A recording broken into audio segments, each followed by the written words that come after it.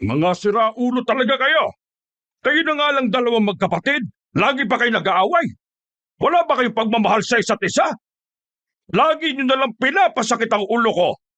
Ang tanda nyo na! Hindi na kayo mga bata na kailangan laging pagsabihan. Matanda na ako eh. Please give me some peace of mind. Maririnig ang malakas na tinig ng Don na si Felix. Sa araw-araw ba naman kasing ginawa ng Diyos, hindi na nawala ang stress nito sa dalawang anak niyang binata. Mula noong mga bata pa lamang kasi si Leandro at Sandro, hindi na talaga nagtutugma ang mga pananaw ng dalawa. Palaging kontra ang isa't isa. Para bang ipinanganak ang dalawa na laging magkasalungat sa lahat na lang ng bagay. Wala namang mali kung ano man yung ginawa ko sa kanya kanina. I'm relaxing myself. And then bigla siyang dumating at gumawa ng eksena in front of my friends. Pinalis ko siya. At siya pa ang may gana magalit. Pa-English ka pa. Mas ka na lang ugali mo sa akin kanina, no? Pwede mo naman ako sabihin na hindi ako pwede ron eh. Pero sinigawan mo pa ako. Hindi ko kasalanan kung marunong ako mag-English at ikaw hindi. Blame yourself for not having a good journey while you're studying. Isa pa, wala akong pakialam kung kanalang ugali ko. Ang mapahiya ka ay mas ikakasaya ko. Diba? Stop this nonsense! Kahit Kahit nasa isang bahay lumaki ang magkapatid, magkaibang-magkaiba ang kinamulatan nilang buhay. Masipag at masinop sa pag-aaral si Leandro. Ito ang achiever ng pamilya at talaga namang halos lahat ng angka nila ay bilib na bilib sa kanya. Sa katunayan, ito nga ang inaasahan na magmamana at magpapatakbo ng kanilang mga negosyo sa oras na mawala na si Don Felix. Kung si Leandro ay matalinong may tuturing, kabaliktaran naman ito si Sandro. Hindi nito tinapos ang pag-aaral dahil sa sobrang katamaran. Katwiran ng binata, formalidad lang ang pag-aaral. Mas mahalaga para sa kanya kung papaano didiskarte sa buhay. Dahil sa ganitong pananaw ni Sandro, hinaiinisan niya ang kanilang angkan. Walang kwentang anak ang tingin sa kanya ng lahat. Dahil din dito, kailanman ay hindi siya nakikitaan ni Don Felix ng potensyal na maging tagapagmana ng kayamanan niya. Tumigil na kayo! Nakikiusap ako, pwede ba? This is not the right time para magkagulo tayo. Meron tayong dapat asikasuhin. Naglakad ng Don palapit sa sopa at walang ganang umupo. Kita agad na magkapatid na tila stress na ang kanilang ama. Tapos dinagdagan pa nila. Bakit Papa? May problema ba sa business natin? Wala naman. Tungkol lang ito roon sa matandang babae na hanggang ngayon ayaw pa rin pumayag na ibenta sa akin ang bahay at lupa nila. Hindi kasi natin pwedeng gawing farm ang nabili nating lupa hanggat may nakatira pa roon. Di ba nag-iisang tao na lang naman ang hindi pumapayag? Hindi ba talaga pwede? Is there any solution? Hindi nga pwede. Malit lang naman ang barangay na yon. Malit lang din ang magiging farm natin. Isang malaking sagabal para sa kanya at para sa atin kung nandoon pa siya. Ay pwede na ba akong umalis? Total, wala naman akong alam sa pinag-uusapan nyo eh. Isa pa, wala rin naman ako may tutulong dyan. No, dito ka lang. You need to listen. Dahil sasamahan mo itong kapatid mo sa ipapagawa ko. Huh? Bakit ako? Ang dami-dami dyan. Nandiyan naman yung alalay niyang si Danaro. Tatlo nga kayo ang mag-aasikaso. Wala akong ibang mapagkakatiwalaan kundi kayo lang. Walang kwenta ang mga abogado na nakakausap ko. Isa pa, gagawin mo na lang ito bilang nakatatandang kapatid ni Leandro. Wala namang problema sa akin, Papa. Ang inaalala ko lang, baka maging problema itong si Kuya. Alam mo naman, puro palpak ang mga lakad nito.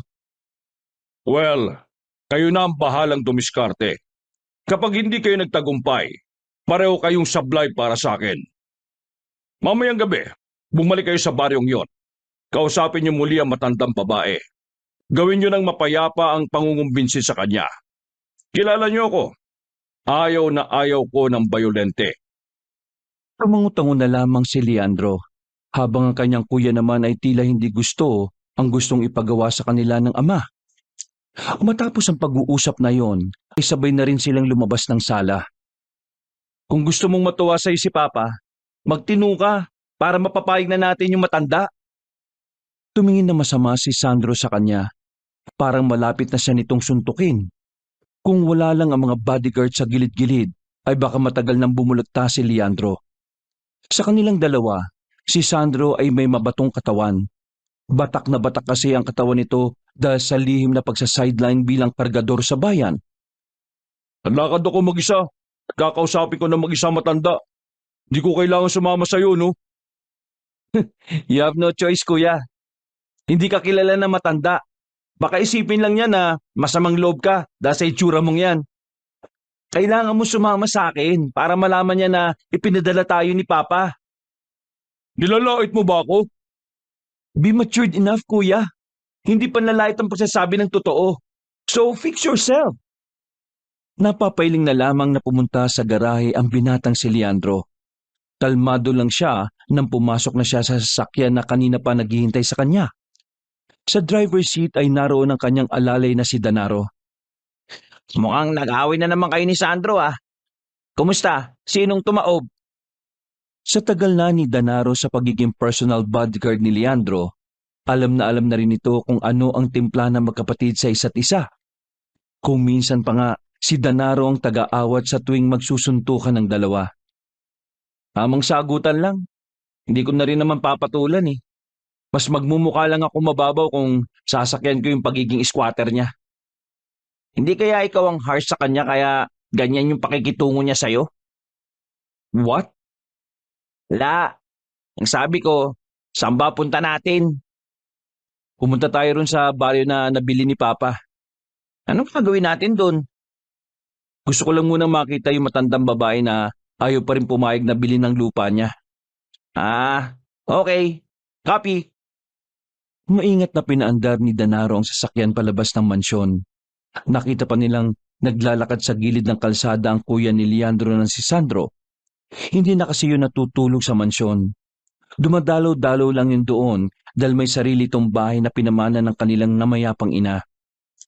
Sure ka ba na hindi natin siya babalikan? Hayaan mo siya maglakad mag-isa. Makalipas lang ang halos kalahating oras, nakarating na rin sila sa sinasabing baryo. Medyo madilim na ang paligid dahil sasapit na rin ang gabi. Yun ang unang pagkakataon ni Leandrong pumunta roon. Wala siyang ideya na kahit maliit lang ang baryo, maganda at malinis ito sa loob. Sa isang banda, tila naintindihan ni Leandro ang dahilan ng matanda kung bakit ayaw nitong umalis. Sa lahat kasi ng residente doon, yun na lang ang hindi pumipirma. Akala ko ba, isang tao na lang hindi pumipirma? Bakit ang dami pa rin yatang tao rito? Well, according to our lawyer, hindi na muna pinaalis sa mga tao rito hanggat may isa pang hindi napirma. Sabay-sabay silang papaalisin. Isa pa, mabait naman si Dad eh. Hindi naman niya agad papaalisin ng mga tao rito. Hihintayin niya munang maanin ng mga taga rito ang mga pananim nila. Bait ng tatay mo, no? Tapos, yung dalawa niyang anak eh, parang ano lang. I'm sorry? Wala. Ang sabi ko, ipaparada ko na lang tong sasakyan ng maayos. Bumaba na rin sila ng sasakyan maya-maya. Sa suot nila, halata agad ng mga taong naroon na hindi sila basta-basta. Mababait ang mga taga roon. Ang iba pa nga ay bumabati sa kanila at ngumingiti. Habang naglalakad, aksidenteng nakabanggaan nila ang isang dalaga. May kapayatan ng dalaga kaya kahit nasagi lang ni Leandro ng mahina ito, natumba agad ang babae at nagkalat pa ang mga nilalako nitong kalamansi. Diyos ko naman, miss. Hindi ka kasi tumitingin sa dinaraanan mo eh. O ano, ayos ka lang ba? Nanatiling nakatayo lang si Leandro sa gilid. Si Danaro na ang nag-asikaso sa babae at tinulungan nitong maibalik ang mga kalamansi sa basket. Pagkatapos, binagpagan muna ng babae ang puweta nito dahil medyo maalikabok doon. Sorry, hindi kita napansin eh. Nakatingin kasi ako sa ibang direksyon. Naguluhan, maraming dugo. May mga nakahantusay na katawan. May mamamatay. Nakatingin ng babaeng si Linda sa ibaba habang sinasabi yon. Salubong naman ang kilay ni Leandro. Hindi niya alam kung bakit sinasabi yun ng dalaga. Samantalang sobrang layo naman ito bilang tugon sa paghingi niya ng paumanhin. Miss, sorry pero alam mo sinasabi mo. Huwag niyo nang ituloy. Ang alin? Kung ano man ang gagawin ninyo, huwag niyo nang ituloy. Marami ang mapapahamak. Sorry, but what are you trying to say? Hindi ka namin maintindihan eh. Tara na, boss. Hayaan mo na. Baka may saltik. Okay, we need to go. Sorry ah. Palisin niyo na lahat. Huwag lang siya. Napailing na lamang si Leandro sa sinabi ni Linda. Hindi na lamang nila yon pinansin. Pero medyo nabahala si Leandro. Dahil nakahawak ang babae sa kaliwa nitong braso. Palagay niya ay nagsaktan ng babae sa banggaan nilang dalawa. Ipinagpatuloy na lamang niya ang paglalakad. Wala pang 10 minuto ay nakarating na rin sila sa bahay ng matandang babae. Nasipat nila ang matanda na abalang nagsasalang ng panggatong sa lutuan. Wala naman silang balak sanang kausapin yon. Gusto lang makita ni Leandro ang itsura ng matanda. Sa itsura niya kasi binabase sa unang tingin kung ang isang tao ba ay mabuti. Ano sa tingin mo? Sa nakikita ko, mukha siyang mabuting lole. Parang napakasipag niyang tao. Nako pre, mukhang mahirapan kang mapapayag yung matanda. Malambot pa naman yung puso mo sa matatanda. Pre? Ay, boss pala. Sorry. Halos 5 minuto lang silang nakatingin doon. Maya-maya lang din ay naisipan na lang nilang umalis. Hindi pa sila nakakalayo. Nakita nilang pumasok sa bakuran na yun ng babaeng nakabanggaan ni Leandro. Dito nila napagtanto na maaaring anak o apo ng matanda si Linda. Danaro, bukas na bukas bago kami pumunta ni Kuya rito, bumili ka ng mga prutas ha, at bagong TV, yung pinakamahal. Ha? Bakit? Anong gagawin sa TV? Bibigay natin dun sa babae bilang peace offering. Feeling ko nagalit siya sa atin eh. Kaya kung ano-ano na lang yung sinasabi niya. Ang galante mo talaga sa mga babae, boss, no? Lalo na kapag maganda. Sinasabi mo bang babaero ko? Ay, hindi naman. Pero, depende. Naglakad na rin sila palabas ng baryong yon. Pasakay na sila ng sasakyan nang may makita silang matandang lalaki na naglalakad. May hawak-hawak itong sanga ng kahoy. Medyo kukuba-kuba na rin. Nakatingin yun sa kanila kaya sandali silang naintriga. Umarang si Danaro kay Leandro. Para kasi dito kahina-hinala ang mga tingin na matanda. Bakit tay? Kilala niyo ba kami? Hindi ko kayo kilala. Pero base sa dala niyong sasakyan at sa mamahaling kasuotan, palagay ko nabibilang kayo sa mayayamang angkan. Kung wala po kayong sasabihin na mahalaga, maglakad na po kayo. Pilin niyo ang baryong ito. Tsak na malaking benepisyo ang makukuha din niya. Naglakad na ang matanda palayo habang tumatawa-tawa na mahina. Ano, boss? Tumba ko? My God, weird old man. Tara na nga. Nauna nang pumasok ang binatang si Leandro sa sasakyan at sumunod naman si Danaro. Maingat nitong pinaandar ang sasakyan. Nang makabalik na sila ng mansyon, hindi pa rin mawala-wala sa isipan ni Leandro ang magandang babae na nagtitinda ng kalamansi. Marami na siyang nakilala at nakarelasyon na babae na talaga namang magaganda. Matataas ang antas sa buhay. Mga klase na babae. Pero ang babaeng yun lang talaga ang gumulo ng isipan niya. Hindi niya maintindihan ang sarili niya kung na-love at first sight lang ba siya o nahihiwagaan siya sa sinasabi nito. Kinabukasan ng umaga, maagang bumangon ang binatang si Leandro. Maghahanda na siya sa kanilang pagpunta sa nasabing baryo. Pagkatapos siyang magbihis, pinuntahan niya si Danaro sa sasakyan. Naroon na rin ang mga prutas at TV na binili para sa babae. Iritadong tumingin si Leandro dahil inabutan niya si Danaro at Sandro na nagtatawanan.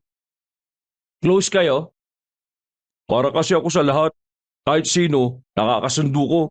Para akong bar. Open sa lahat. Uy, bawal sa below 18 yun ah. Sabay na nagtawanan ng dalawa. Walang gana namang umupo si Leandro sa backseat. Mag-isa lang siya doon dahil sa front seat nakaupo si Sandro. Pinis na lamang ni Leandro ang kaingayan ng dalawa habang nasa biyahe sila. Ilang minuto lang ang nakalipas, nakarating na rin sila sa nasabing baryo. Pagbaba pa lamang nila, nakita na nila ang mga nagtutumpukang tao sa bungad. Dahil masyado silang naintriga, agad-agad na lumapit si Danaro at Sandro. Iritado namang sumunod ang binatang si Leandro. Pagtingin nila, nakita nila ang isang lalaki na nakatakip ng dahon ng saging. Napansin din nilang may mga dugo sa katawan nito. Ang kamay ay may malalim na hiwa na nilalangaw na rin. Palagay ko, inaswang ang isang ito. Inaswang?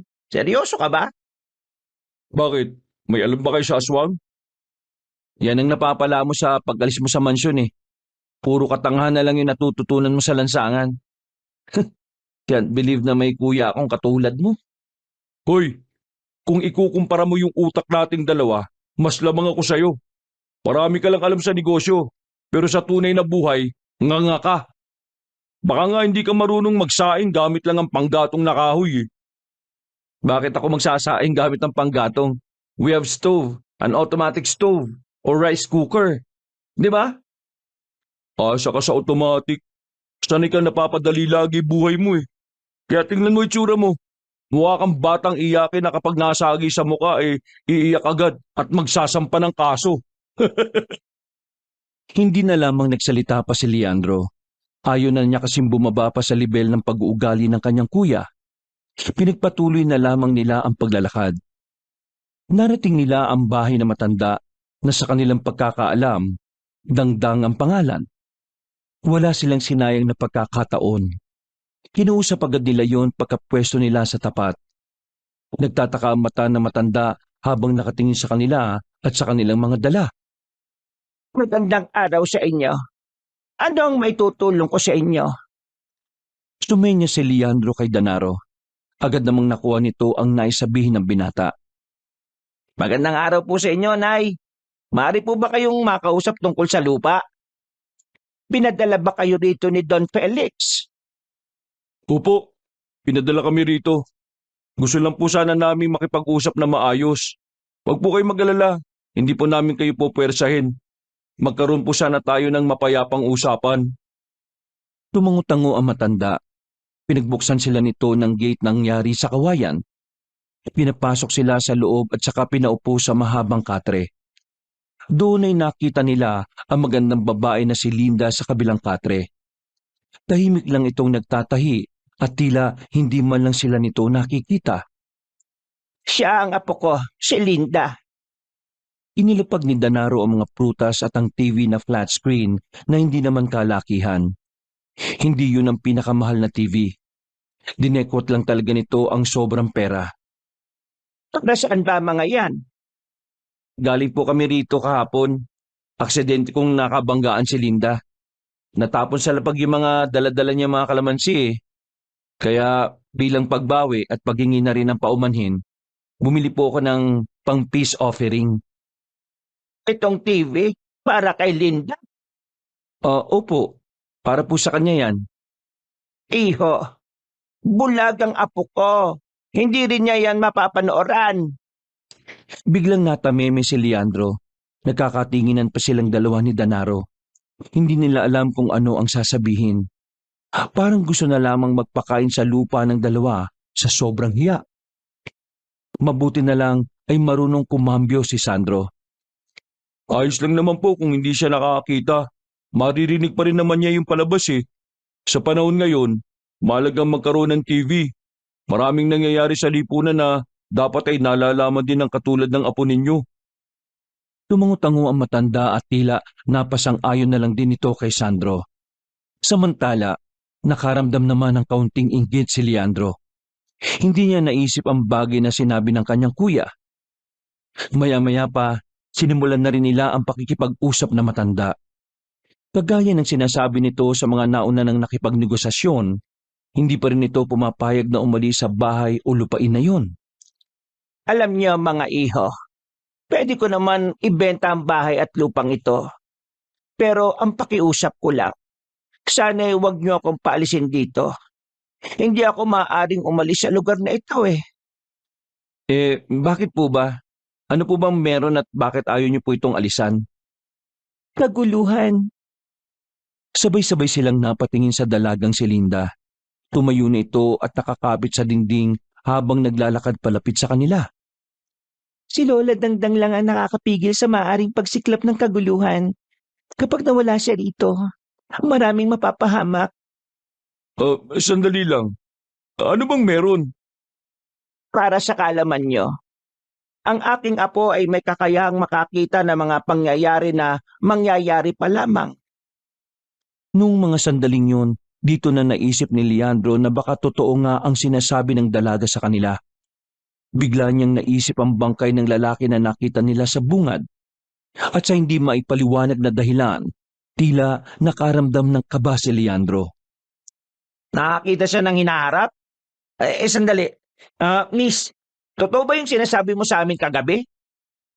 Lahat ng pangitain ko ay nangyayari kung hindi pipigilan. Kagaya na lang ng nangyari sa lalaking pinagkakaguluhan ngayon ng mga tao. Sa maniwala man kayo o hindi, biktima yon ng aswang. O di ba? Sinasabi ko na sa inyo eh. Mga aswang ang dumali sa lalaking yun eh. Sandali lang Paano magiging biktima yon ng aswang? Hindi naman totoong may ganong nilalang. That's only an urban legend. Inaasahan ko na talagang hindi kayo maniniwala sa sasabihin ko. Ito rin ang dahilan kung bakit hindi ko pwedeng sabihin sa inyo ang dahilan kung bakit ayaw kong umalis dito. Mga iho, pakisabi sa Don, napapayag akong ibenta na itong lupa kung talagang gusto niya. Pero ang kapalit nun, hindi pa rin ako aalis sa baryong ito, lalong-lalo na sa bahay na ito. Lola, sasama ako sa kanila. Gusto kong makausap ang Don. Wait miss, sigurado ka ba dyan? Hindi ka ba natatakot sa amin? Kung may gagawin kayong masama sa akin, makikita ko kagad yon. Pero ayos lang ba sa inyo na sumama sa amin ng apo ninyo? Ngumiti at tumango ang matanda sa kanila na parabang malaki ang tiwala nito sa kanila. Ibalik nyo lang siya ng ligtas dito.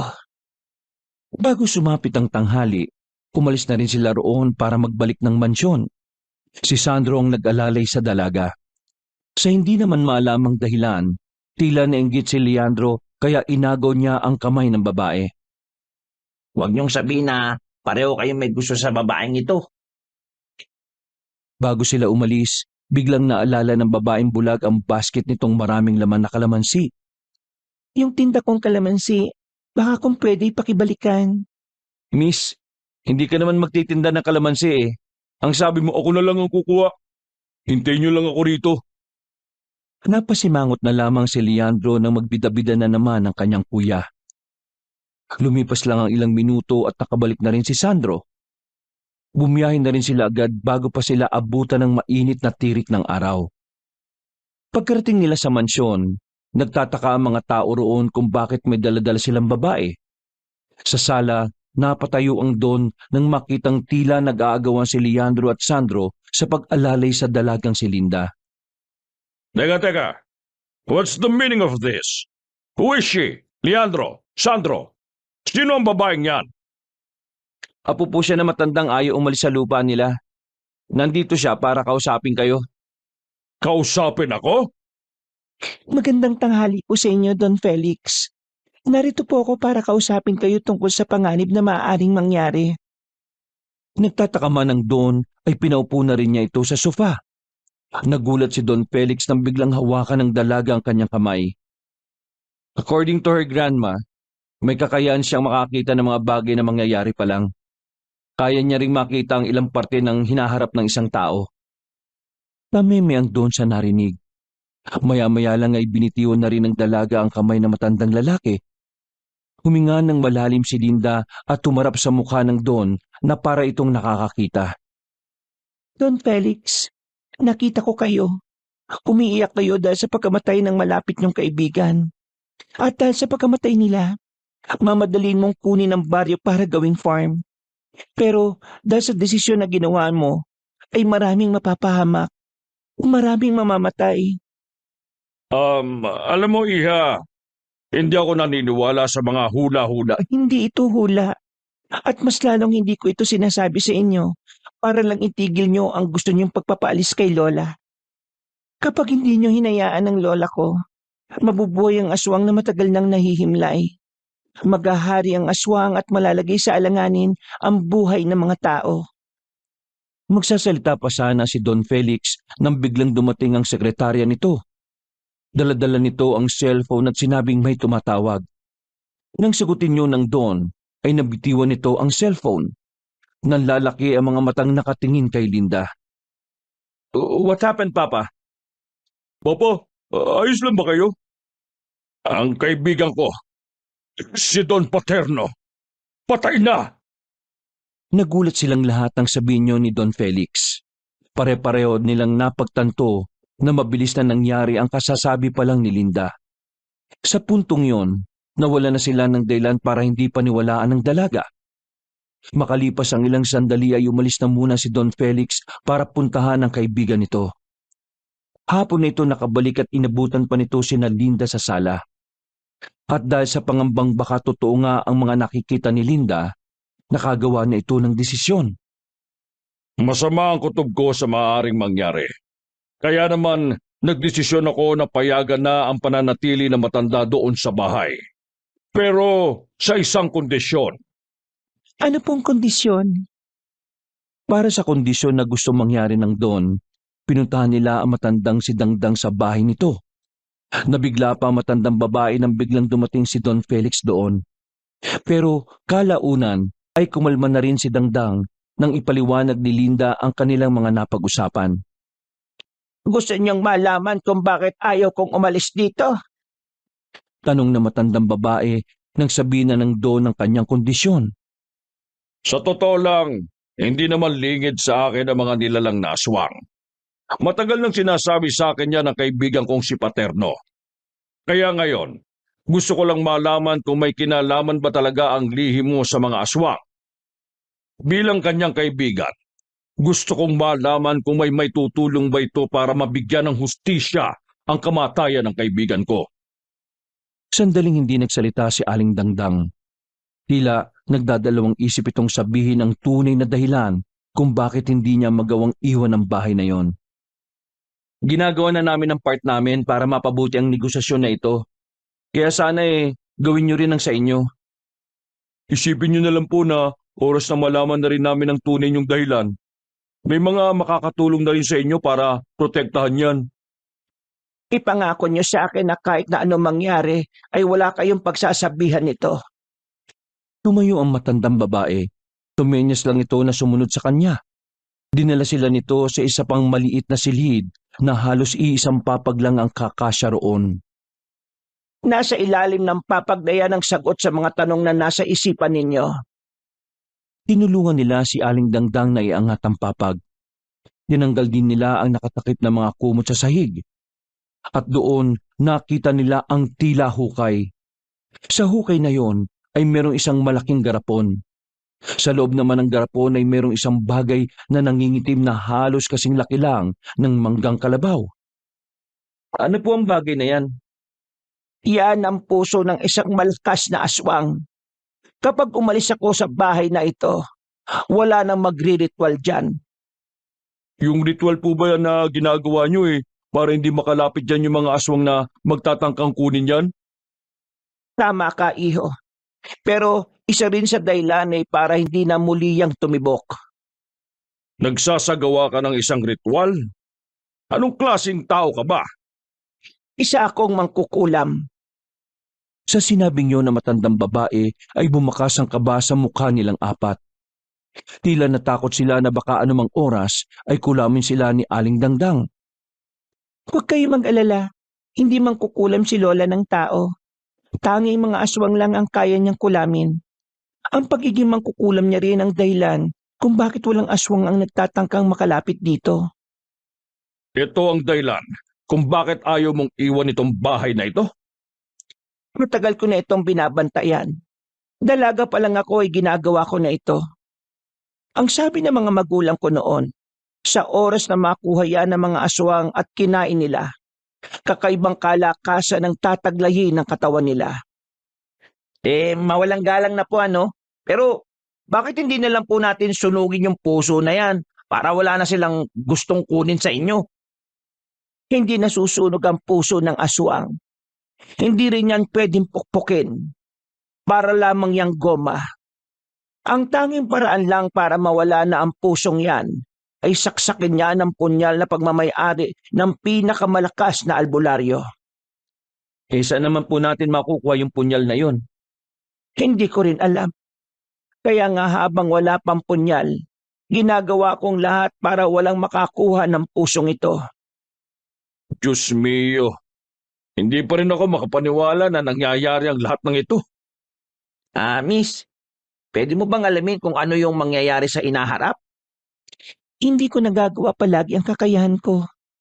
Kapag nararamdaman ko lang na may makikita, doon ko yun nagagawa. Minsan din, bigla-bigla na lang lilitaw ang pangitain ko na yun sa utak ko. Ngayong alam niyo na ang lihim ko. Paano ko makakasiguro na ililihim niyo rin ito? Sisimulan ko na ang pagpapaalis ng mga tao sa baryong ito. Itong bahay mo lamang ang may iwan. Magtatalaga ako ng mga tao ko rito para kahit papaano magbabantay sa inyong maglola. Makakaasa ka na hindi ito malalaman ng iba. Sa katunayan, handa akong makipagtulungan para mapanatiling wala sa kamay ng mga aswang ang pusong yan. Papa, hayaan mo ako manatili rito. Ano bang sinasabi mo? Saan ka naman titira dito? Bida-bida na naman to eh. Kahit saan. Basta gusto ko lang tumulong. Gusto kong tumulong sa pagpuprotekta sa kanila. Kahit na papano may alam naman ako sa mga aswang eh.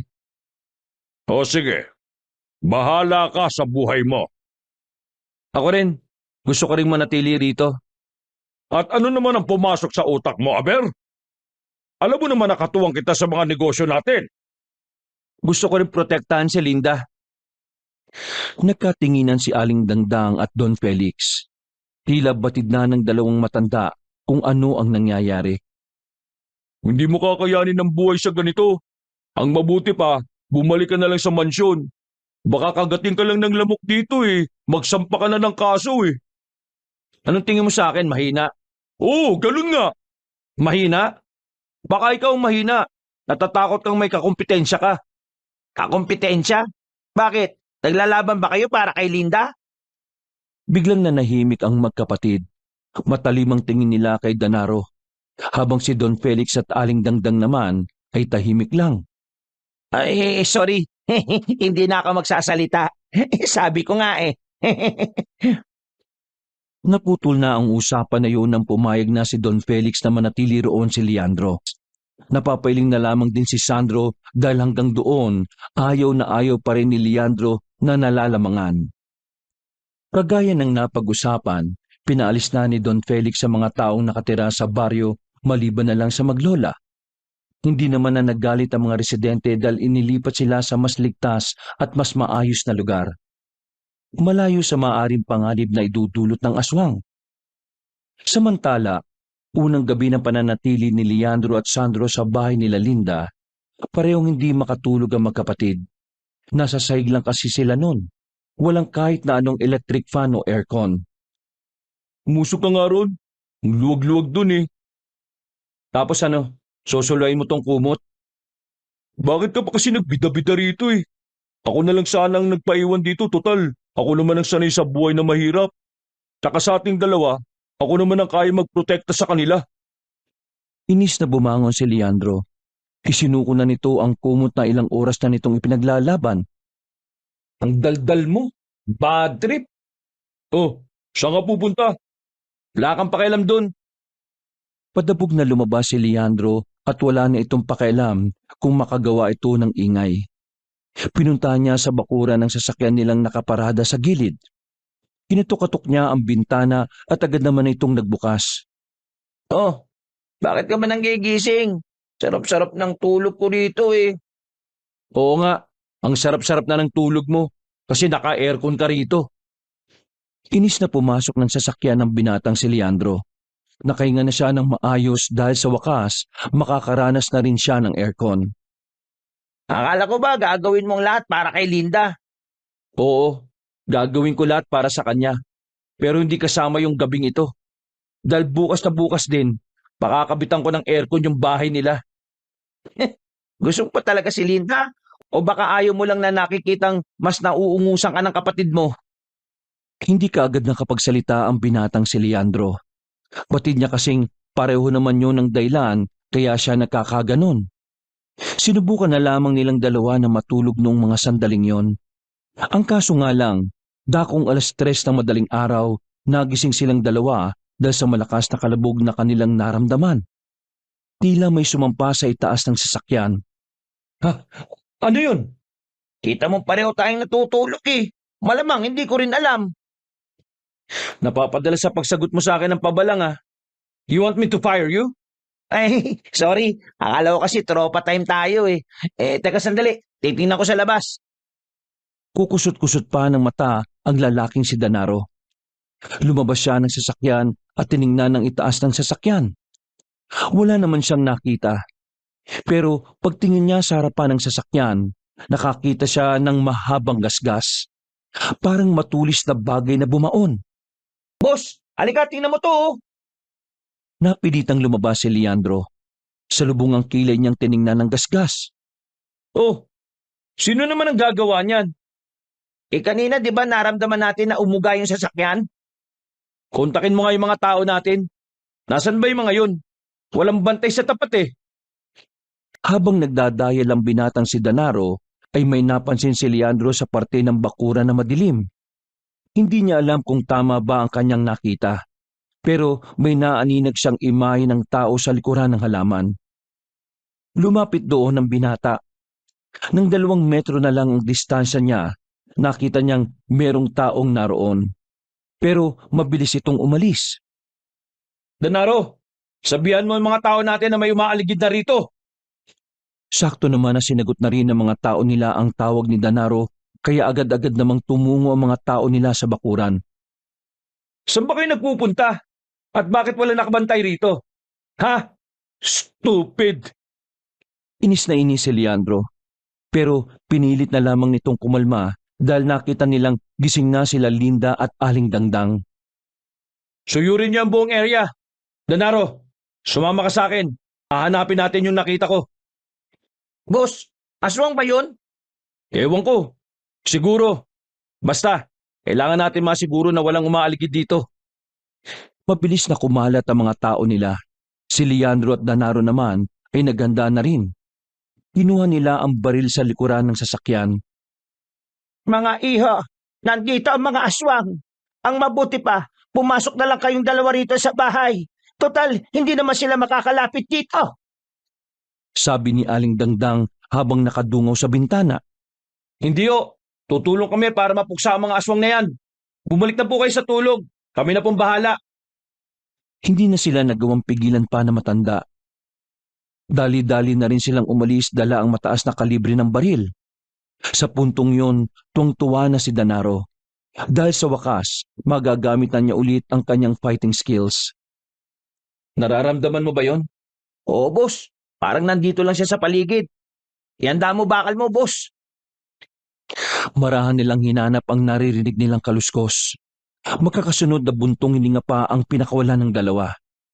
Maya-maya lang natukoy na nila kung saan talaga nanggaling ang tunog. Nagmamadali silang pumunta sa likuran ng puno. Pagtapat nila ng ilaw noon, agad nila yung tinutukan. Pero nagulat sila nang madiskubre na ang lalaking naroon pala ay si Sandro, ang kanyang kuya. Sir Sandro? Ano bang ginagawa mo rito? At ano kaya sa tingin mo ang ginagawa ko rito? Dala-dala itong itak na to. Hindi naman kita nakitang lumabas kanina. Akala ko natutulog ka dun eh. Bida-bida ka talaga.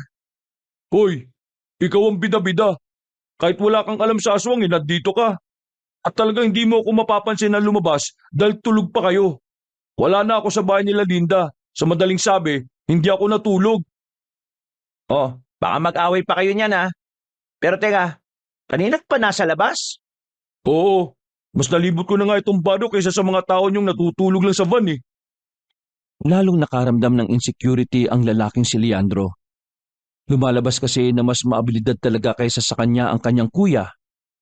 Ayaw man niyang aminin pero totoo ang sinabi ni Sandro sa kanya na pagdating sa tunay na hamon ng buhay, marami pa siyang kakaining bigas.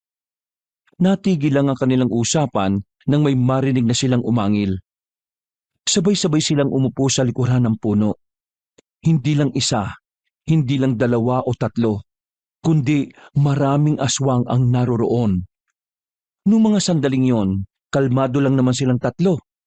Pero kahanga-hanga talaga ang pinapakita ni Sandro noon. Bigla na lamang kasi itong tumayo at tumindig na itak lamang ang dala. Tingnan mo itong isang to, bida-bida na naman. Boss, mukhang di lang siya basta bida-bida.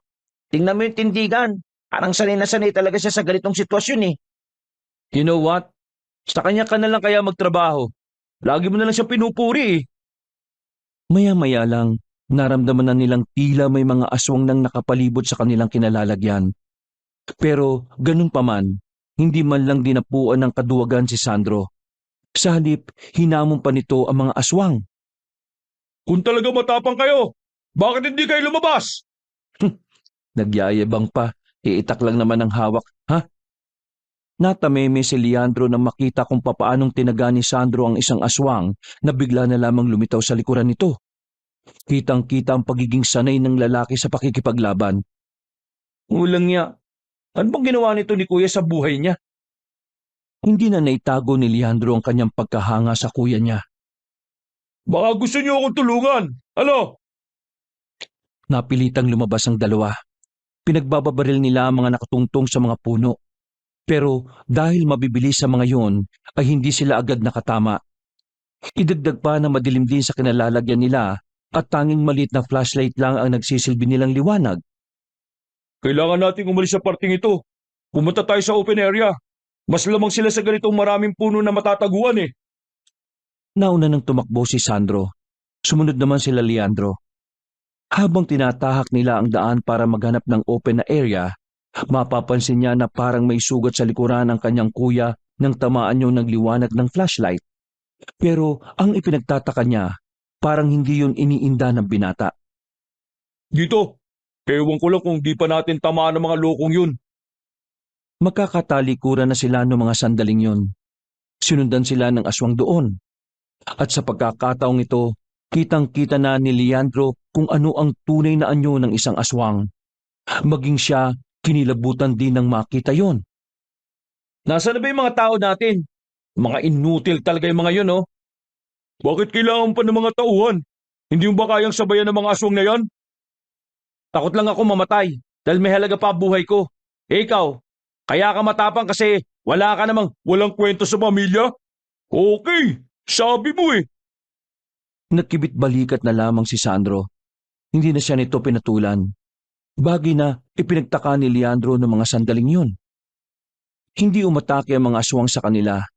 Nakapalibot lang ang mga ito at paikot-ikot sa kanila. Kaya naman hindi na rin nagsayang ng panahon si Leandro.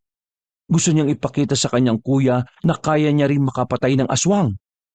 Nilatrat niya ng bala ang mga aswang, pero mabilis lang na nagpulasa ng mga yon.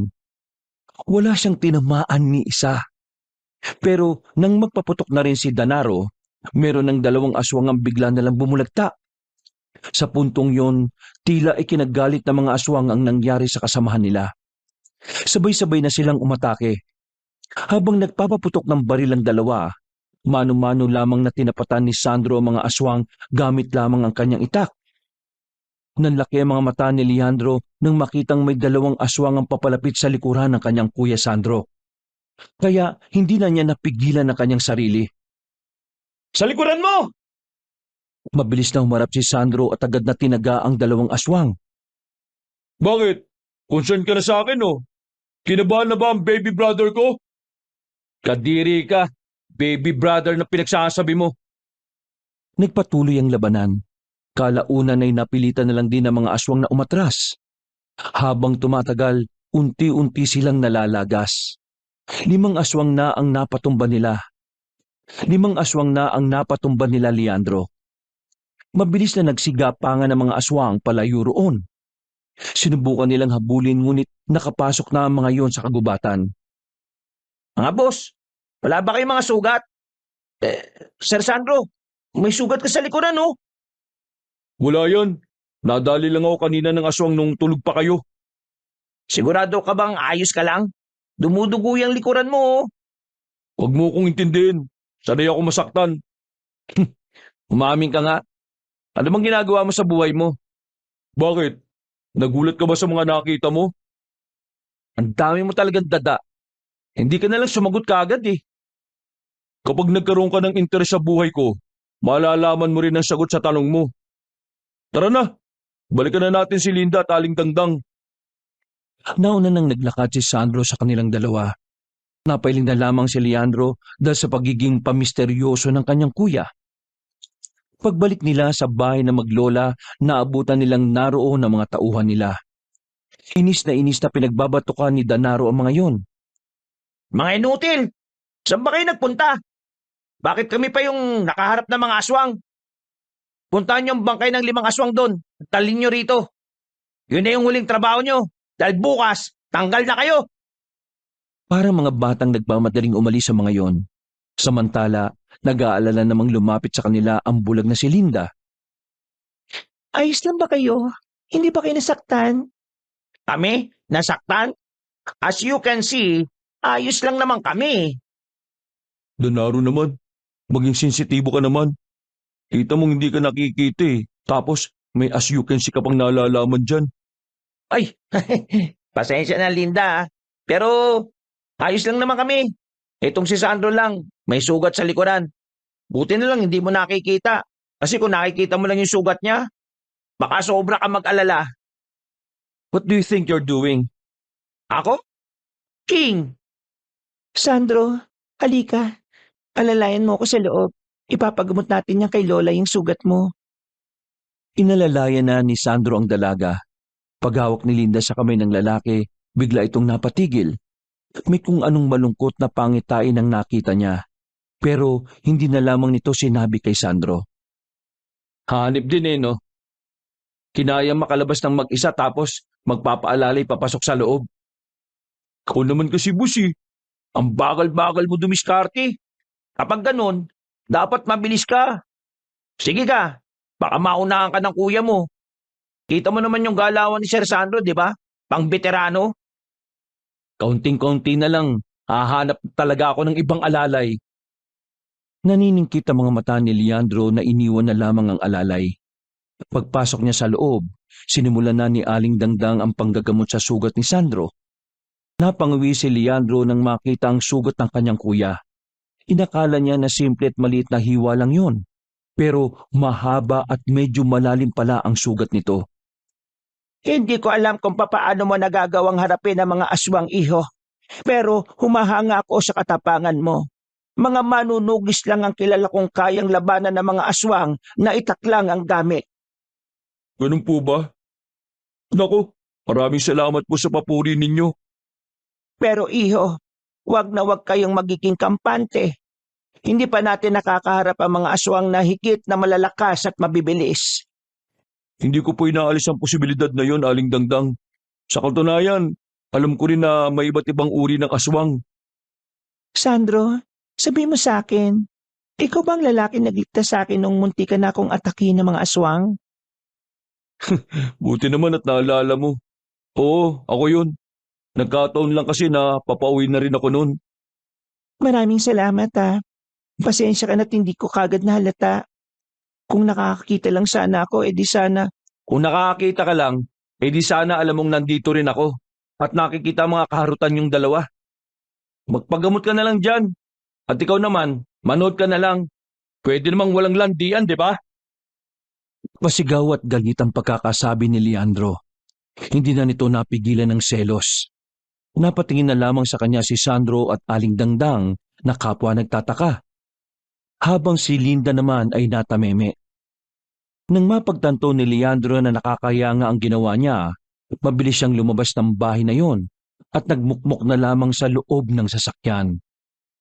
Lumipas na ang 1 linggo mula nang manatili ang magkapatid sa poder ni Aling Dangdang.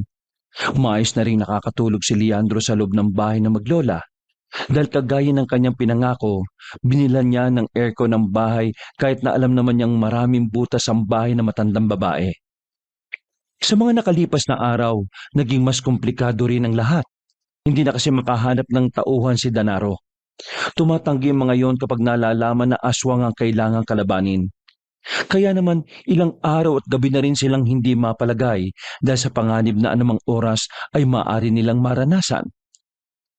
Danaro, ano bang balita sa mga hinahanap nating tao? Hindi pwedeng wala tayong mga tauhan dito. Nakita mo naman na marami ang mga aswang. Baka mas marami pa sila kapag bumalik sila. Nasa biyayang dalawa noon habang pabalik pa lamang sila sa bahay ni Aling Dangdang. Galing sila sa mansyon para ibalita kay Don Felix ang kanilang kalagayan. Negative, boss. Ang hirap makahanap ng tao. Maatras kapag aswang ang kalaban eh. Tingin ko, halos lahat na ng mga organisasyon ng mga security ngayon aware na sa mga aswang. Napailing na lamang si Leandro dahil sa pagkadismaya. Sumasakit ang ulo niya. Gustong-gusto na niya makapagpag-good shot kay Linda. Pero hindi naman umaayon sa kanya ang panahon. Ilang sandali lang ay nakarating na rin sila sa baryo. Huminto sila saglit dahil may matandang lalaki na nakaharang sa bukana ng baryo. Hindi nila alam kung ano ang ginagawa nun, pero meron itong tinatanaw sa loob. Binusinahan ni Danaro ang matandang lalaki, pero ngumiti lang sa kanila yon nang humarap. Hindi na nakatiis si Danaro at binabanan niya ito. Tay, baka pwede kayong gumilid. Hindi naman po kayo si Superman para saluin itong malaking bakal na may gulong na dala namin. Kailangan yun ang kunin ng baryo ito. Dahil kung hindi, mauunahan kayo. Ha? Kay Don Felix naman tong baryo na to ah. Sino makakauna sa amin? Huwag kayong kasigurado. Baka mamaya hindi pala ito sa inyo. Nalalapit na. Nalalapit na ang pagbabalik ng mga tunay na nagmamay-ari nito. At sa oras na makuha na nila ang dapat nilang makuha, siguradong hindi na ulit sisikat ang araw para sa nakararami. Tumawa-tawa pa ulit ang matandang lalaki. Dinig pa ni Leandro ang mga sinabi nito dahil sa lakas ng boses ng matanda. Sira siguro yung ulo na matandang yun. Kung ano-ano na lang ang mga pinagsasabi eh. Masama ang kutob ko sa matandang yun eh. Bakit? Tinatanong mo ako kung bakit? Di ba bodyguard kita? Dapat alam mo agad sa unang tingin pa lang kung yung isang tao ay mapanganib o hindi. Wala naman ako nararamdamang panganib sa matandang yun eh. Parang 2 uod na nga lang hindi pumipirma sa certificate of death nun eh. Huwag kang pakampante. Baka magulat na lang tayo. Aswang pala yung matandang yun. Hindi na nakapagsalita pa si Danaro. Pinaandar na lamang nito ang sasakyan papasok ng baryo. Nang marating na nila ang bakuran ni Aling Dangdang, ay inabutan nilang maraming kalalakihan ang nasa tapat. Nagtatakang bumaba si Leandro at Danaro at saka madaling pumasok sa loob. Anong ibig sabihin nito? Sino yung mga lalaking yan? Kinumpronta agad ni Leandro ang kanyang kuya Sandro. Na noong mga sandaling yon, nakikipag-usap kay Linda at Aling Dangdang habang nasa tapat ng lutuan. Sila ba? Ako nagdala sa kanila rito.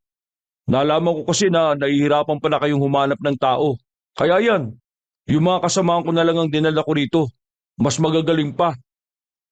Kasamahan? Sabi mo na nga, Sir Sandro. Ano ba kayo? Di tao. Natawa si Sandro sa sarili niyang joke. Pati si Linda ay hindi na rin napigilang matawa.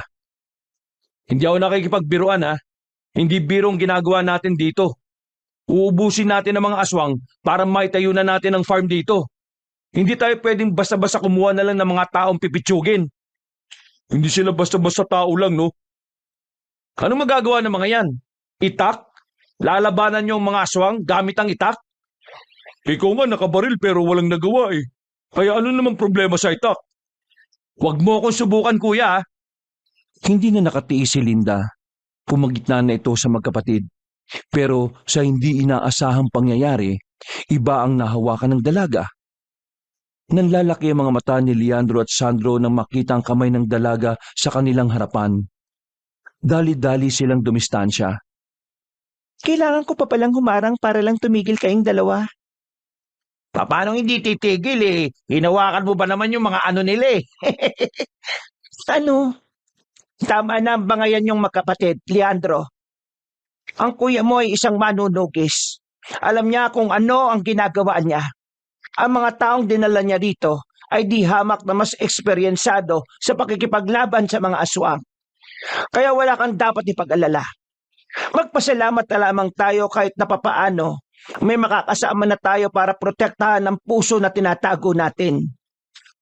Manunugis? Ikaw manunugis? Nung mamatay si Mama, sinabi niya sa akin na pumunta ako sa angkan niya. Dito ko nalaman na ang mother side natin lumalaban sa mga aswang noon pa. Doon ako nagkaroon ng interes na maging manunugis. Kaya pala mas pinili mong umalis kaysa tulungan si Papa sa negosyo niya. Dahil alam ko na ikaw ang mas karapat-dapat nun. Magkaibang talino natin.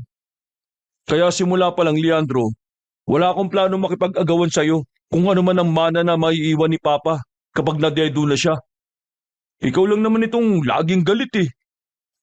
Hindi na nakapagsalita pa si Leandro. Minabuti na lamang nitong lumabas ng bahay. Pagpunta niya sa bakuran, pinagtitinginan pa siya ng mga manunugis na lalaki. O bakit? Anong problema nyo? Uy, hindi ang kalaban. Ano ka ba? Mainit ang ulo ko ha.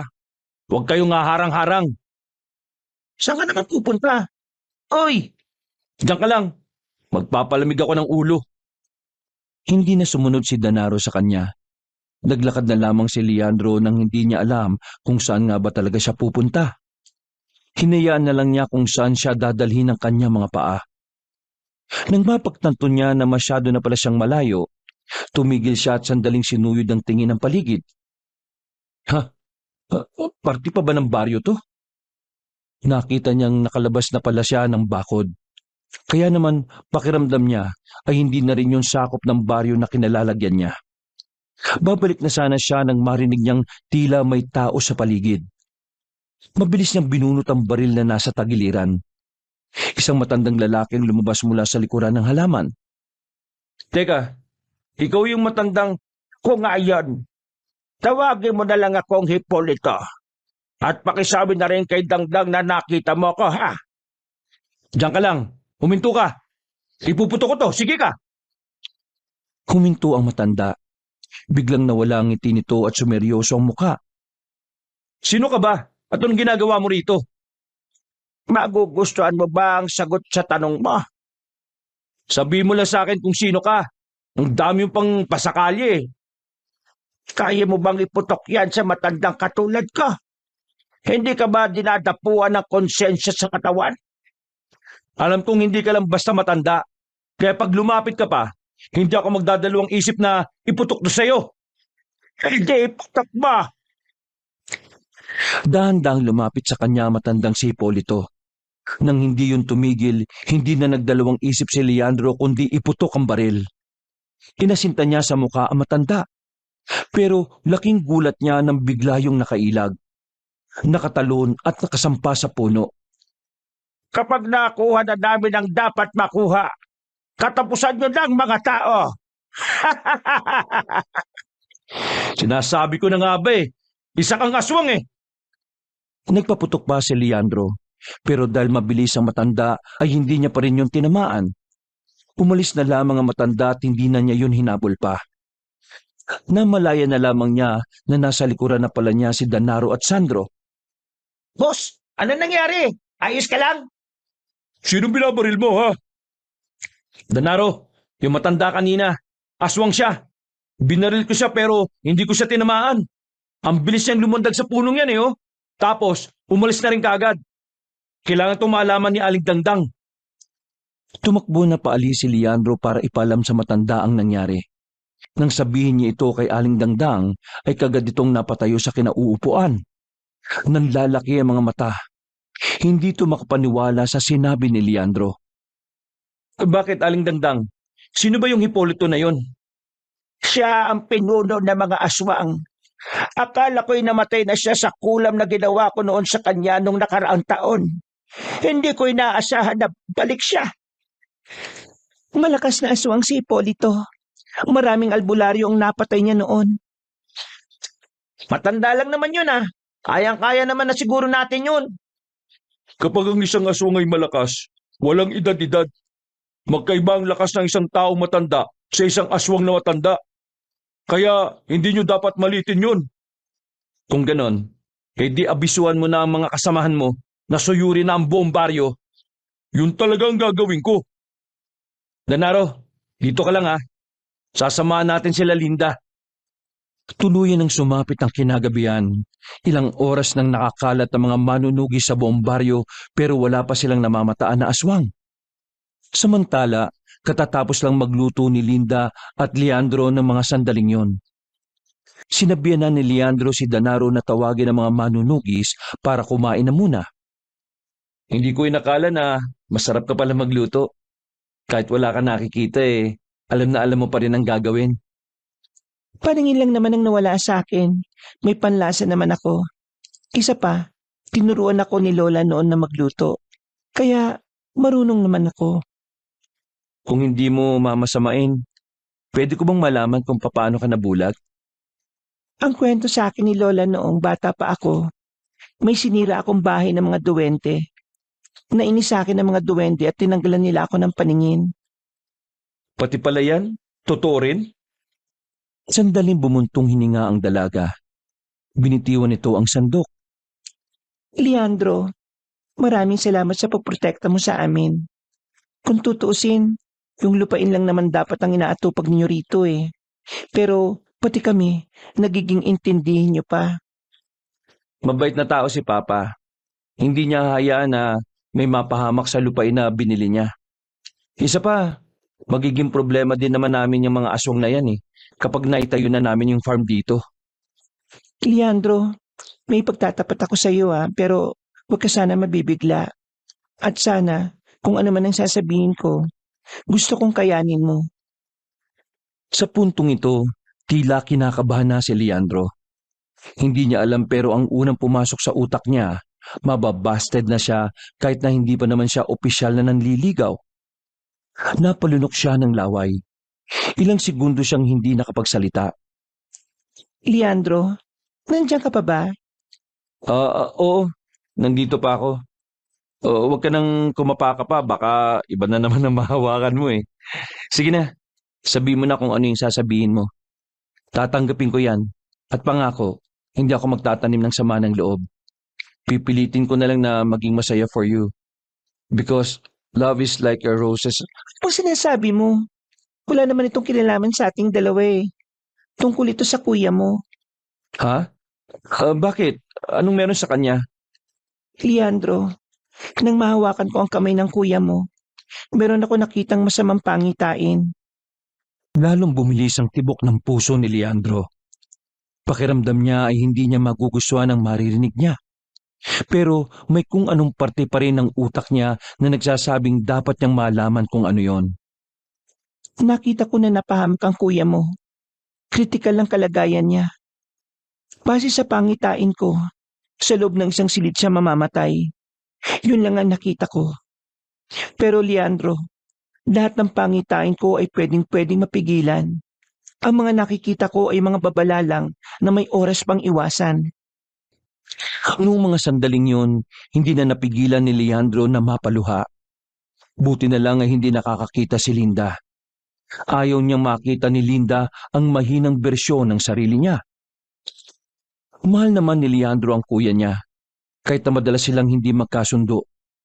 Hindi niya pwedeng itanggi na mahalaga sa kanya si Sandro. Sadyang kinakain lang talaga siya ng inggit. Dahil kahit nasa kanya na naman ang papuri ng pamilya nila, nasa kanya ang katalinuhan at naiinggit pa rin siya dahil tila mas may kalayaan ng kanyang kuya para maging masaya. Leandro, sige, iiyak mo lang yan. Hindi kita huhusgahan. Ha? Anong umiiyak? Bakit ako iyak? Hindi naman kami close nun Wait lang Tatawagin ko na silang lahat. para makakain na rin tayo ng sabay-sabay. Iniwan na ni Leandro ang dalaga sa tapat ng lutuan. Nakasalubong niya pa si Aling Dangdang at nakita siya nitong umiiyak.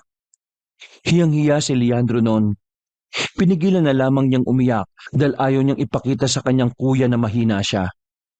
Hanggang sa magsimula na silang kumain ay gulong-gulo pa rin ang utak ni Leandro. Lihitimong totoong nangyayari kasi ang mga pangitain ni Linda. Kaya naman hindi niya maiwasang hindi matuliro. Pre, ayos ka lang ba? Kanino pa hindi ginagalaw yung pagkain mo eh. Gusto mo, galawin ko na? Hindi, ayos lang ako. Hindi ka okay, no? Tinanggap mo nga lang na pre ang tawag ko sa iyo eh. Ano ba problema, boss? Danaro, masama ba akong tao? Bakit mo naman tinatanong yan eh? Nasa harapan tayo ng pagkain.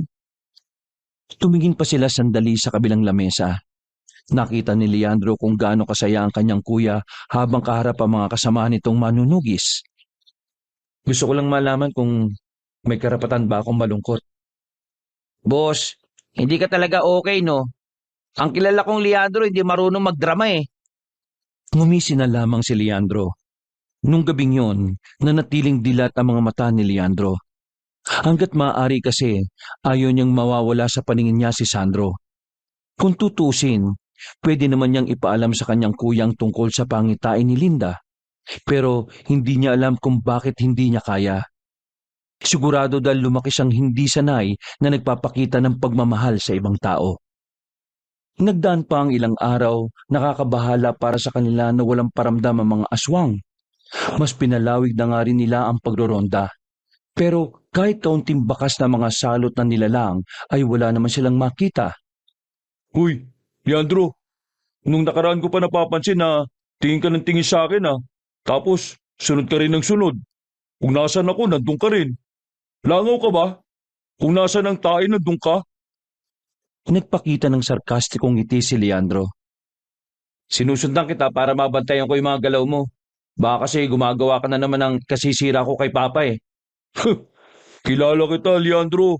Mga bata pa lang tayo. Malalim ka na mag-isip para gumawa ng dahilan. Hindi ganyan ang mga dahilan na sinasabi mo sa akin kapag gusto mong may gawin kang kakaiba. Ay nako, bahala ka sa buhay mo. Sige, sumunod ka lang ng sumunod. Malay mo, sa mga susunod na araw hindi mo na ako masundan. Hindi nakapagsalita si Leandro, pero sa kanyang kalooban ay meron siyang nararamdaman na kaba. Hindi na lamang niya yun pinahalata. Nung gabing yon, maaliwalas ang paligid. Tila wala silang pinaghahanda ang panganib. Perpektong sandaling yon dahil bukod sa malamig ang simoy ng hangin, nakakagaan din ang pakiramdam ang huni ng mga kuliglig sa paligid. Boss, tumawag si Don Felix. Sabi niya, kailangan mong puntahan ngayon yung isa sa mga kliyente niyo sa bayan. Anong Sabihin mo, hindi ako pwedeng umalis dito. Pero sobrang importante daw nun. Malaking kliyente daw yun. Mas importante to kaysa doon. Kasi nandito si Linda, no? Higit pa ron. Si Aling Dangdang, type mo, no? Tumingin na masama si Leandro kay Danaro. Walang ano-ano ay bigla niya itong binatukan. Hoy, kung wala kang masabing matino, pwede ba manahimik ka na lang muna? Napailing na lamang si Danaro. Maya-maya pa, habang nasa kalagitnaan sila ng pagbabantay, bigla na lamang silang naalarma ng isa sa mga kasama nilang manunugis ay humahangos na bumalik. Pasan-pasan nito ang kasama nitong duguan. Ayon dito, ang mga aswang daw ay paparating na. Sa puntong ito, naalarma na silang lahat. Malakas ang loob nilang lumusob dito. Ibig sabihin ba nito kaya na nilang kunin ang puso? Mga kasama, kailangan na natin maganda. Nandito na mga kalaban natin. Nagtayuan ang mga manunugis, habang sila Linda naman ay agad na pinapasok ang sugatan na lalaki para maagapan. Danaro, abisuhan mo na yung mga medic na pumunta rito. Sigurado kong maraming magiging sugatan sa mga kasama natin. Sige, Kapi. Teka, saan ka pupunta? Sasamahan ko si Kuya.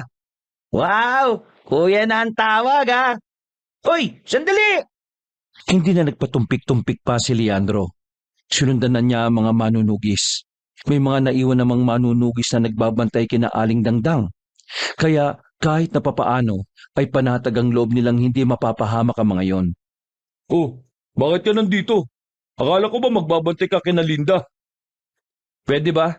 Huwag ka na nga magtanong na magtanong. Idol mo siguro ako, no? Gustong gusto mo siguro makita kung paano ako lumaban. Hinayaan na lamang ni Leandro ang kanyang kuya sa pagyayabang nito. Itinuon na lamang niya ang atensyon sa inaabangan nilang mga aswang. Habang nakatago, nararamdaman na rin nila ang presensya ng mga nilalang. Alerto mga kasama. Nang matanong na nila ang mga aswang sa kanto, hindi na sila nagsayang ng pagkakataon. Nagsilabasan na sila para ambushin ang mga yon. Pero ang hindi nila alam, may mga nakalibot na rin palang aswang sa kanila. Hindi nagpahuli si Leandro. Nag-focus siya na matindi at saka inasinta ang mga aswang. Sa pagkakataong yon, kahit na papaano ay nakakatama na siya. Pero kinailangan niyang ratratin ng bala dahil hindi namamatay ang aswang sa isang tama lang ng bala. Ano ba? Dikit ka ng dikit. Hindi ako makakilos eh. Dami mo namang arte. Biglang tumakbo si Sandro para atakihin ang mga mas malapit na aswang. Sumunod din naman agad dito si Leandro. Basta kung nasa ng kanyang kapatid, kailangan naroroon rin siya. Hindi pwedeng makalingat. Pinangako niya sa kanyang sarili na gagawin niya ang lahat para pigilan ang sinasabi sa pangitain ni Linda. Kuya, kahit na ano mangyari, huwag kang papasok sa kabahayan ha. Sandaling napatigil si Sandro sa kanyang narinig. Noon lang niya ulit narinig na tinawag siyang kuya ni Leandro nang walang halong pang-iinsulto. Ano man tinutunganga mo? Maraming kalaban oh. Pinagpatuloy ni Leandro ang pagpapaputok. Nang maubos na ang bala ng kanyang Armalite, inilabas naman niya ang 45 na baril. Asintado niyang pinatatamaan ng mga aswang. Noong mga sandaling yon, napansin ni Leandro ang matandang si Hipolito na naglalakad na palayo. Parang wala yung pakialam sa nangyayaring kaguluhan. Si Hipolito, pupuntahan si Aling Dandang. Lintik, hindi pwede. Tara! Umalis silang magkapatid sa labanan. Binalikan nila sila Linda. Pagdating nila roon, nadatnan nila ang mga kasama nilang nakahandusay na sa bakuran. Habang si Danaro naman ay may sugat na sa kaliwang kamay. May pahabol pa pala. Hindi na pinatapos ni Sandro na makapagsalita ang matandang lalaki. Nagmamadali niya yung inatake gamit ang itak nito. Pero sa kasamaang palad, hindi niya tinamaan ang matandang aswang. Nahawakan siya nito sa liig at saka binalandra sa gilid. Lalapitan pa sana ulit yun ni Mang Hipolito pero nagpaputok na si Leandro. Tinamaan niya sa katawan si Mang Hipolito. Dahilan para mapadistansya ito. Ilang beses na sinundan ni Leandro ng putok ang matanda. Pero sa mga sunod na tira niya ay nagagawa na nitong makailag. Masyado kang mapapela. Aatake na sana si Mang Hipolito kay Leandro pero pinukulan ni Sandro ng kutsilyo ang matanda. Tinamaan ang matandang aswang sa kaliwang balikat. Sinamantala na nila yon para makalapit kina Linda. Pumasok kayo rito. Hindi siya makakalapit sa atin dito. Sabi ng matandang babae habang hawak-hawak ang malaking garapon kung saan naroroon ang kulay itim na puso. Pagpasok nila sa loob ng bahay, dito na mas kinabahan si Leandro. Lalo pa siyang nabahala na makita si Linda na parang merong bagong pangitain. Kuya, huwag ka nang lumaban. Ako nang bahala.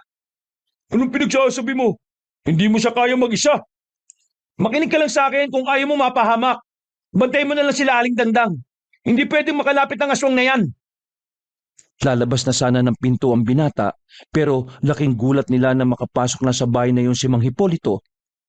Dagdag, matagal kong pinag-aralan kung paano kontrahin ang ritual mo. Ngayon, gusto kong ipaalam sa iyo na wala nang saysayang proteksyon na ginawa mo. Kaya makukuha ko na ang pusong yan.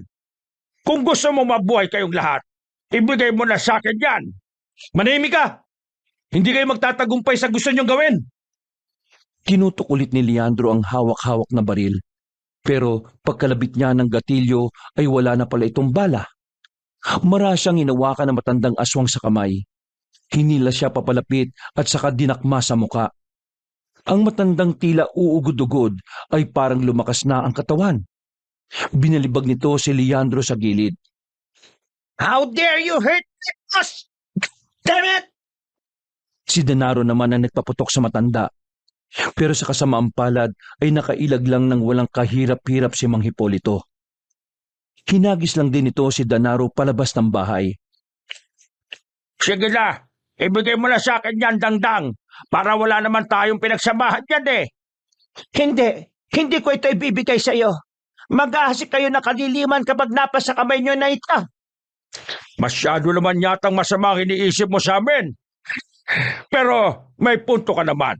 Kasi matagal na naming hinahangad na muling maghari ang mga aswang. Hindi lang sa probinsyang ito, maging sa buong bansa na rin. At mangyayari lang yon kung ibibigay mo sa akin ang bagay na yan. Kahit ibigay ko sa iyo ito, hindi mo rin ito mahawakan. Akala mo ba porke nakapasok ka na rito, walang ritual na nakabalot sa pusong ito? Biglang humarang si Sandro para putulin ang usapan. Muli nitong inilahad ang hawak-hawak na itak. Kakailanganin mo muna akong patayin bago mo makuha ang gusto mo. Matayin! Sigurado ka ba sa sinasabi mong bagito ka? O di sige, madali naman akong kausap eh. Kung yan ang kahilingan mo, edi ibibigay ko! Kuya, umiwas ka sa kanya pakiusap. Huwag mo na lang siyang labanan. Ano bang pinagsasabi mo? Naibang ka na ba? Hindi na naituloy ni Sandro ang kanyang sasabihin nang biglang lumusob na ang matandang aswang. Mabuti na lamang ay alerto ang binata kaya nagawa niyang ilagan yon. Samantala, kahit na masakit ang buong katawan, ay pinilit pa rin ni Leandro na makatayo. Kinuha niya ang isang itak na nakasabit sa gilid ng dingding. Leandro, ano bang ginagawa mo? Kinakalaban ko ang tadhana. Ha? Buwang ka ba? Magkapatid pala kayong dalawa. Mas lalo akong kinanaka. Mas masayang makakita ng taong umiiyak dahil nawalan ng minamahal. Walang ano-ano, muling lumusob sa kanila si Mang Hipolito. Sa puntong yon ay sinabayan na rin ni Sandro ang galaw ng aswang. Sa mga unang sandali ay kinakaya pa ni Sandro ang matanda. Pero kalaunan, naramdaman na niyang tila habang tumatagal, mas lumalakas at mas bumibilis si Mang Hipolito. Hanggang sa tuluyan nang natamaan si Sandro, sumirit ang dugo ng binata mula sa hita nito. Dahilan para mapaluhod na ang kaliwang tuhod ni Sandro. Buong pagsisikap na lumapit si Leandro nang makakuha na ito ng sapat na lakas. Siya naman ang humaharang para harapin si Mang Hipolito. Leandro, bakit mo ba ito ginagawa? Umalis ka na nga dyan. Hindi mo siya. Huwag mo akong pakialaman. Kung kaya ko siya o hindi, gagawin ko ito dahil gusto kong pigilan ng tadhana mo. Leandro? Tingnan mo nga naman, para ako nanonood ng pelikula. Ang ganda sa mata. Tinulak ni Leandro si Sandro palapit kina Aling Dangdang. Sila ang protektahan mo. Hayaan mo akong labanan ng matandang to nang mas madaldal pa sa puwet ng manok. Tumatawa-tawa pa si Mang Hipolito ng mga sandaling yon. Tila minamalit lang nito si Leandro. Aminado naman ang binata na kung ikukumpara sa kanyang kuya, wala siyang binatbat sa matandang yon. Sa labas tayo. Kung talagang kaya mo akong patayin, lalabanan mo ako sa labas. Sige, bibigyan kita. Marami pa naman akong oras eh. Tingnan ko lang kung hanggang saan yung yabang mo. Nauna nang lumabas ang matandang aswang na si Hipolito. Tinapakan pa nga nito ang kamay ni Denaro sa daan. Sumunod naman si Leandro. Maya-maya pa, sinimulan na rin ng matandang aswang ang kanyang pag-atake. Hindi pa seryoso ang matanda, pero bumagsak agad si Leandro. Boss! Leandro! Lalabas pa sana si Sandro noon pero pinigilan na siya ni Linda at Aling Dangdang. Diyan ka lang kuya. Ako nang bahala rito. Muling tumayo si Leandro kahit nasugatan na ang hita nito. Maigpit pa rin ang hawak niya sa itak. Muli, umatake na naman si Mang Hipolito. Pero sa pagkakataon na yon, nautakan ni Leandro ang matanda. Sinabuyan niya ng lupa ang mukha ng aswang. Dahilan para sandali itong mawalan ng paningin. Sinamantala yon ni Sandro. Buong puwersa niyang hinagupit ng itak sa lieg si Mang Hipolito. Sa lakas ng pagkakataga niya ay parang gripong tumagas ang dugo nito. Nung mga sandaling yon, inakala ni Leandro na patay na ang aswang. Pero bago yung bumagsak, nagawa pa talaga nitong kalmutin siya. Dahilan para bumagsak muli si Leandro sa lupa. Nang malagutan ng hininga si Mang Hipolito, tuluyan na ring nawala ng malay si Leandro. Iika-ikang tumakbo si Sandro palapit sa kanyang kapatid. Agad niya itong inilagay sa kanyang braso ang ulo ni Leandro at pilit itong ginigising. Hoy, gumising ka! Huwag ka magbiro ng ganyan! Kinalmot ka lang eh! Pagtingin nila sa dibdib ni Leandro ay kita nila ang mahabang hiwa na medyo malalim din. Sakto namang dumating na ang medik na kinontak ni Danaro. Wala silang sinayang na pagkakataon. Mabilis nilang isinakay si Leandro doon at itinakbo sa ospital. Hindi alam ni Sandro ang gagawin niya nung mga sandaling yon. Iyak lang siya ng iyak. Anong nangyari? Kumusta si Leandro? Kakarating lang ni Don Felix sa ospital nang malaman nito ang nangyari. Kinalaban niya yung pinuno ng mga aswang pa. Kasalanan ko ito eh. Hindi ko dapat siya hinayaan eh. Wala kang kasalanan. Ginawa lang ng kapatid mo ang tingin niyang makabubuti. Ipagdasal na lang natin na sana malagpasan niya itong nangyari. Halos 2 oras silang naghintay sa labas ng ospital. Maya-maya lang ay lumabas na rin ang doktor at sinabi sa kanilang stable na ang kalagayan ng binata. Sobrang ginhawa ang naramdaman nila sa kanilang sarili dahil doon. Naiyak na lamang sa tuwa si Sandro. Makalipas ang ilang araw, nakalabas na rin ng ospital si Leandro. Alam na rin ni Sandro ang dahilan kung bakit nagbuwis ng buhay si Leandro para sa kanya. Dahil dito, naging maganda na ang relasyon ng magkapatid. Nagsimula ang magandang samahan dahil sa lahat ng kanilang pinagdaanan. Samantala, hindi nagtagumpay ang mga aswang sa kanilang binabalak. Naubos na mga manunugi sa mga salot na nilalang. Ang maglolang Linda at Dangdang naman, nanatili pa rin sa bahay na yon, kahit sinisimula na ang pagsasaayos ng farm. Kinuha sila bilang tagapamahala. Sa mga nakalipas ding araw, nalaman ni Leandro na wala naman talagang gusto si Sandro kay Linda. Nakababatang kapatid lang ang turing ni Sandro kay Linda. Boss, kanina ka pa tulala dyan ah. Anong problema? Naabutan siya ni Danaro at Sandro sa kanilang garden. Mag-isang oras na kasi siyang tulala roon sa kakaisip kung papaano susuyuin si Linda. Nag-away ba kayo ni Linda? Oo, kuya eh. Galit siya sa akin. Alam mo, ang mga babae, pabilis talaga magbago ang mood niyan. Sensitibo rin sila sa kahit na anong sinasabi natin mga lalaki. Bakit nga ba siya nagalit? Ano bang ginawa mo? May nasabi lang naman akong hindi niya nagustuhan. Tinanong ko kasi siya eh. Ano? Tinanong ng alin?